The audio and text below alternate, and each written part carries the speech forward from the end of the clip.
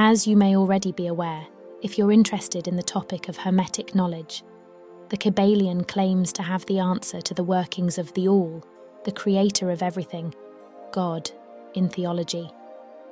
Among some of the teachings of this book, there's a concept that creates a schism in the main ideologies that define prayer as a means of communion. I would like to first introduce the idea of prayer in terms of what is being done, what is essentially happening. The reason we pray is to ask for help. Whatever entity you are asking for aid, the concept remains the same. It happens in a church, in a room, and in silence, with or without items, such as a rosary. There are different types of prayers that can be done for specific reasons, but if we look at the macrocosm of the microcosm, the idea remains the same. We are asking for help.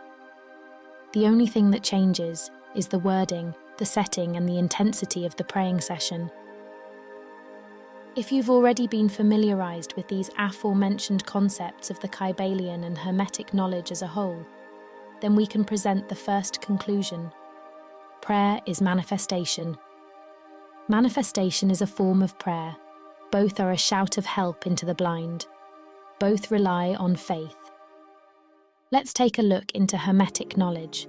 When we manifest or pray, we are giving an idea or thought more importance than normal because we want to change it, avoid it, or we want it to happen, such as asking for a job. This is fine, as it is normal to desire change. The problem lies in the intensity of such desire, which can result in the other end of the pole. Suppose you want an interview for a job, so you start a prayer of 9 days. You've seen that this prayer has helped many people realize their desires. This generated idea of blind trust creates a certain expectation. Knowing this, you give your all to this prayer, believing that this is the secret answer. If it has helped so many people, then it has to work for me too. However, when you complete your final day of prayer, your call is not answered. Your desire is not realized. The job is not given to you. Confused, you grab your prayer bead and stamps and store them away, disillusioned, having lost faith in what was believed to be a simple task for a highly revered entity. Prayer is dangerous because excess intensity leads to insanity, sadness, and loss of faith if expectations aren't met. How many of you have been discouraged in faith when your expectations weren't met, resulting in disbelief of faith? So what does Hermetic knowledge say about this? Excess importance indicates to the universe, the all, excess meaning. That excess meaning is interpreted as space, something you don't have. The more importance you give to something, the bigger the space between you and your desire. Where else have you seen this idea? The law of reverse effort. The harder you try, the worse it gets. Miyamoto Musashi. Stop trying. Wu Wei.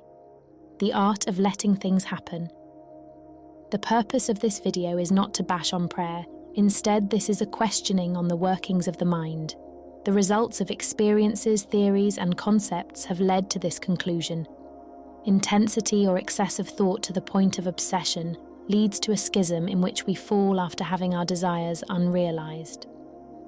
As you may have experienced, coming out of that hole requires mental work. The problem is that concurrent falls lead to stagnation of the mind, in a place where thoughts are nothing but an enemy of the self. Manifestation or prayers get realized when you are both good with and without them, then they get realized. If you are wondering why some religious people get their desires realized if they don't follow these principles, they may be putting the all-God first. Therefore, acknowledging the following passage you may already know, and after reading this, it may make more sense why we shouldn't push a thought into obsession. Father, if you are willing, take this cup from me, yet not my will, but yours be done. Where else have you seen this idea? Seeker of truth, hear many, listen few, and trust yourself. Farewell.